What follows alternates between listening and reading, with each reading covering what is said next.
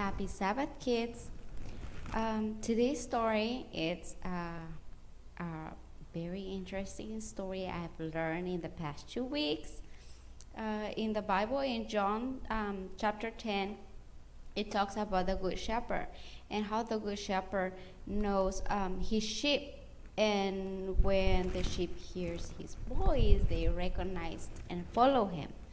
Now, my story begins at my house. We have chickens at home. And so I notice every morning before my husband goes to work, he'll wake up and then he'll go to the back door and he whistles. I have tried to imitate the whistle, but it just doesn't work. When he whistles, the hens and the chickens, they hear his voice and they start singing too.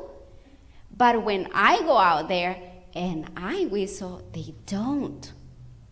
And that got me thinking, that reminds me about the shepherd, how he knows his sheep.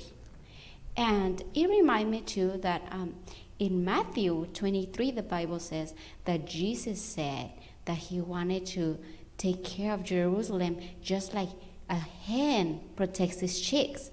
And so for the last 2 weeks, I've been feeding the chickens. And when I go outside, the first days I could go outside and nothing happened. Chickens ignore me. But lately, they know I feed them. So when I walk outside, there's a bunch of them chasing me. There's a few hundreds, I should say. And they chase me. But when I'm getting their food ready, because I have to mix, I mix grains, I mix seeds, I mix corn, they are by the door waiting. They're just calmly waiting. And that reminds me of when we ask for God to listen to our prayers, sometimes he takes time, but we still gotta wait.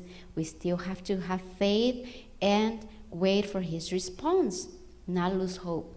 I noticed the hens, they will stay there, and they are very insisting. They will stay there, and they will push one another, but they wait. And as soon as they see me coming with a bucket out, and they know I have food, they start singing and making loud noises. And you know what? That's the noise we as Christians need to do to preach God, to spread God's love, to share what we have learned. Now, another thing I learned that the chicks, when they're inside the eggs, a day before they're born, if you put the egg next to your ear, you can hear a pew, pew, pew, pew inside the egg. That reminds me of how God knows us from the mother's womb. Now, another lesson I learned is that sometimes the hen is upset, and the hen will poke at the chick. When the chick doesn't want when the mom doesn't want the chick, it will poke on it. And you know what the little chicks does? They don't run away. They stick and they chase the mom, and they are very insisting. They'll be like the feathers will come off their skin, and they're still there trying to ask for the love of the chick, of the mom. And I learned one thing. When we don't hear God's voice, we still gotta insist, because he's there. He's just gonna answer according to his time. So that was a lesson for me. And I noticed too, yesterday I saw a hen that had baby chicks. And you know, the hen got very puffy and very defensive against me.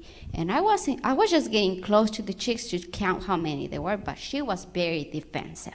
And as soon as the hen started making this odd sound, all the chicks went underneath her feathers, and God protected under her. And that reminded me of the story when Jesus says, I want to protect you just as the hen protects his chicks.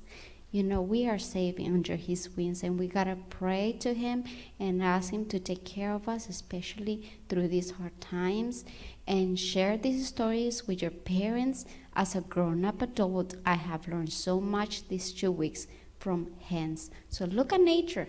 It teaches you a lot about God's perfect love.